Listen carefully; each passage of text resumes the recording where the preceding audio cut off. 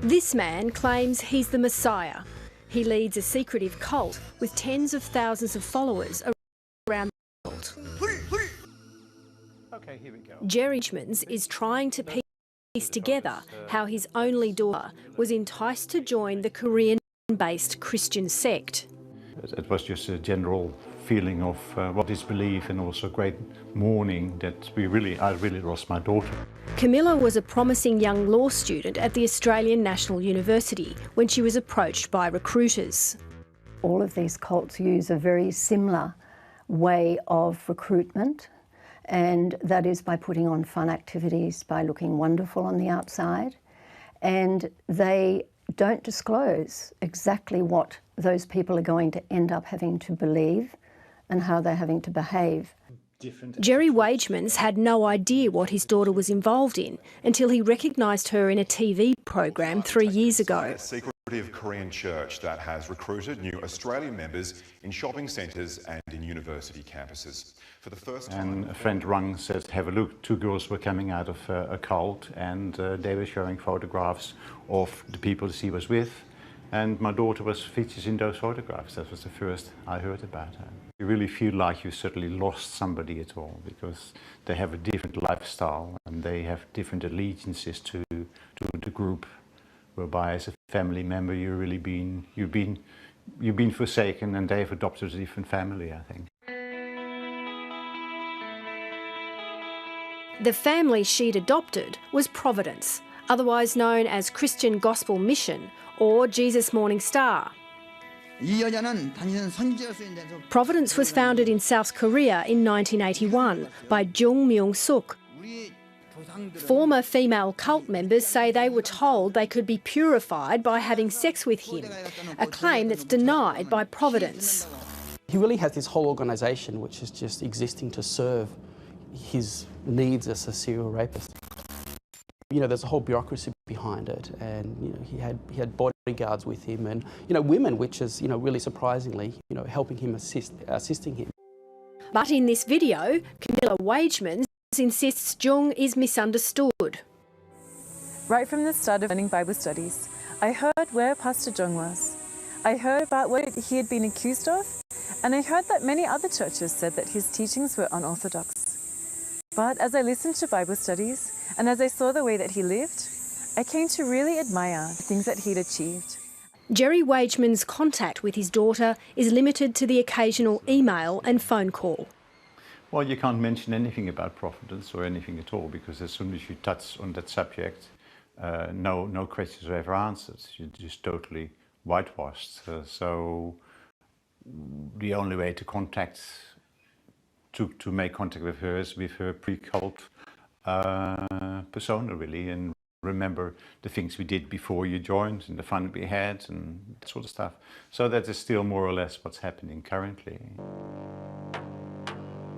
Desperate to find out more, he contacted Australian academic Peter Daly. He's been tracking Providence for just over a decade and runs the website JMS Cult. Well, he's done a lot of research himself, but I think initially, my website kind of gave him the first inkling as to what he was dealing with. Peter Daly first encountered Providence when he arrived in South Korea in 2003. The church, or the group, seemed to really place importance on beautiful women. The leader wasn't there, he was a fugitive at the time. I discovered this the next day. But his brother was there, and he was just surrounded by an entourage of women that just looked like they stepped out of a magazine. You know, some of the most kind of stunningly beautiful women I'd seen in person. So I thought this is a strange thing for a church to be focusing on. Peter Daly put Jerry Wagemans in touch with a support group. He was surprised to learn there were many other families facing the same loss. Every few months, this cult support group holds meetings in secret locations around Australia. I think I was pretty shocked and traumatised when I was there. And why was that? Well, if you find out you suddenly lost your daughter to another family, she doesn't belong to you anymore, that is not fairly easy to take at the time. Ros Hodgkins founded the support group in the early 90s. She knows firsthand what it's like to lose a child to a cult. She helped her daughter to escape, and now they've rebuilt their relationship. She says JMS is one of the most dangerous groups operating here. They are, causing irreparable damage, quite often physically as well as emotionally and sexually to people who are taken in, and then when they come out, have nowhere really to go to report this. It is an official level. Jong Myung-suk fled Korea in the late 1990s after he was accused of sexual assault. A few years later, he was arrested in Hong Kong, and in 2009, a South Korean court sentenced him to 10 years in prison. His followers say he's falsely accused. So our teacher was sentenced for sexual misconduct. But sexual misconduct is actually one of the most difficult accusations to live down, because actually your accusers do not have to have evidence. The things that he achieved. Camilla was one of the few chosen to feature in this JMS video defending the leader. I read what had been written about him on the internet, so I was fully aware of all of the rumours about him from the start. And of course, I was quite sceptical about him myself to start off with. But after listening to him preach about love, forgiveness, compassion and self-improvement on such a consistent basis, I realised that no one could preach like that unless they were living like that too. They're extremely secretive. You don't know anything about them. They don't reveal anything at all, and any member won't talk about anything that happens in that group. Peter Daly says he's received death threats and legal threats from JMS supporters. They're monitoring me very closely. They're monitoring my website quite closely.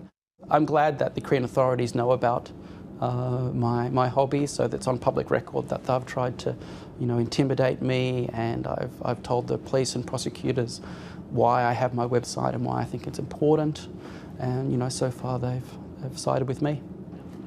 The cult leader is about to be released from jail. What are your concerns? When he's released, I imagine he will, as soon as possible, return to the lifestyle that resulted in his conviction.